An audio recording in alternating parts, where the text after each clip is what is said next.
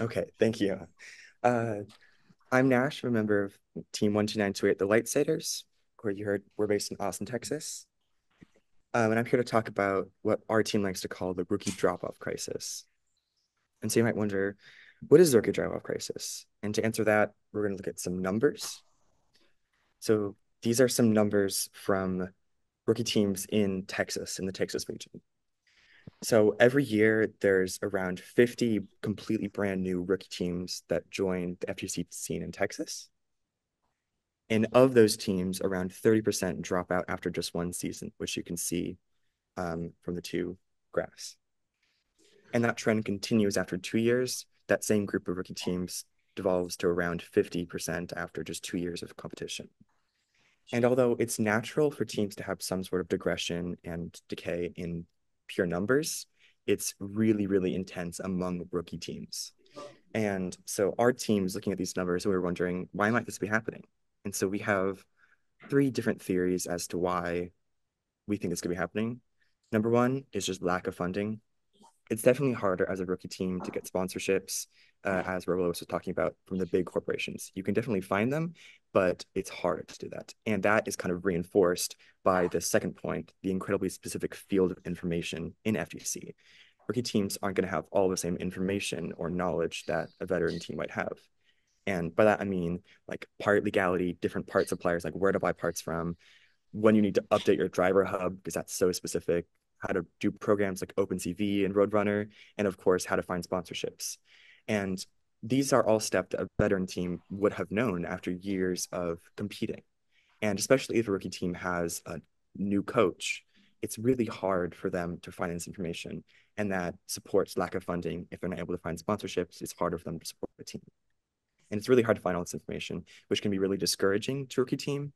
And it might be one of the reasons that a rookie team might collapse. And so number three, this is kind of specific to Texas, but Texas has one of the most fierce competitions of any region. It has, I think, a tenth of the teams in the entire world. It's a massive region. And of course, among such a large population, there's going to be some really, really good teams. And it can seem unfair to be pitted against these really good veteran teams immediately. And it's a bit of a disadvantage to not have all of this knowledge and this experience when pitted against teams that really do. And so what I want to talk about here is what can both rookie teams do and veteran teams do to support a more longevity among rookie teams. And so the first thing that I want to talk about is like a source of information. If there's such a void among the information that rookie teams need, where can they find it? And so first I want to address the veteran teams. I want a good thing to do is to present yourself as an open source of information. Rookie teams are more willing to ask you for info if you offer it first. It seems less awkward. And to any rookie teams, never be afraid to ask. Most teams, if they're not busy, are going to be so willing to talk to you, offer advice, give you info, or like mentor you if you need that kind of relationship. And veteran teams are one of the best sources of information because they have all that experience participating in FTC and doing the things that a rookie team needs to do. And so something that my team has done is we've taken to Instagram and we have messaged some teams basically saying, hey, this is who we are, this is our experience, and if you have any questions, feel free to reach out to us. This has been really a really good way for us to kind of go over that first bump, the first like kind of afraid, should I ask for information? Is it okay for me to ask? And we do something similar in actual competition. We like to go and talk to every rookie team there to ask them about their season, ask them if they need any help. And this really cements us as that kind of source of information among our community. And so the next thing I want to talk about is support and interact. Instead of in addition to just being a source of information, it's really important to be a friend, you know? The first community can be really, really fierce, as I talked about the competition in Texas. And people can get stressed at tournaments. It can be very one focus on the competition. But there are pit setups. There are like pit setups, and you can talk to teams for a reason. It's to support the kind of community engagement. And so I think it's important for both rookie teams and for veteran teams to talk to each other. Ask them about the robot, tell them about yours, ask them about what problems they've had in the season, this sort of thing.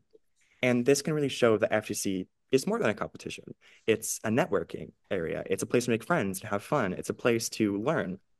And so it's really important to do this when to support like the kind of longevity rookie teams. And so something that my team has done in particular, in addition to supporting, interacting, and being a source of information, is we have gone a step beyond and started what we like to call the Rookie Invitational. And this is designed as a tournament designed to be very conducive for rookie team success. It's a rookie-only tournament to provide a more even playing field. And so there's no teams that have significantly more experience than any other team. There are veteran team volunteers at the event. And so if rookie teams have any questions, they are able to ask and get those questions answered. We also partnered with the sponsor to award $3,000 in prize money distributed to all the attendees in order to solve the first issue that we talked about, the funding. And all of this together has made a big impact. We have seen around 15 to 20% increase in rookie team longevity among the teams who attend versus teams who didn't in Texas. And so to kind of close it out, I want to talk about why should a veteran team care that a rookie team comes back? And something that I want to talk about is I have had so much fun in FTC. My whole team has. And if there's anything that I can do as an individual or that my team can do to support and encourage more people to experience that's how much fun that I've been having, then I will do it. And these bullet points that I've talked about are things that I found to be very successful in promoting and encouraging this. And so I think for everyone, encourage other people to have fun, encourage them to stick around. Rookie teams, go keep going, keep going. It's so much fun, even if you're not having the success that you initially expected. Keep going, and eventually you'll reach it, and eventually you'll have as much fun as some teams are having. And so I want to thank everyone for listening. And if you have any questions, let me know.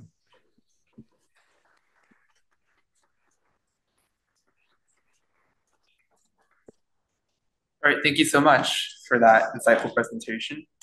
Do we have any questions from online folks? I don't see any. Any questions from in person? Yes. I want to know how many years of experience or competition do you have before you start calling that team a rookie? Okay. Okay. Yeah, we say 2 years of experience. That's kind of what our graph suggests with me saying that 50% are gone after 2 years. That's who we invite to the documentation. We invite first and second year teams. And it could also be kind of a self-identity thing. If you feel like, say, members, it's a brand new team, it's a high team number, but the members are maybe all have like 4 years of experience, then they might not call themselves a rookie team. So I think that it differs a lot. All right, thank you. We have one more question in the back. Yeah, he may have mentioned it, but I didn't pick it up if he did. How many years has the Rookie Invitational been going on? Was this the first year? Oh yeah. We've done it for 2 years and we intend to do it again this year. And if there are any rookie teams in Texas, I do extend an invitation to you. We will be sending out information about like meet dates and location pretty soon.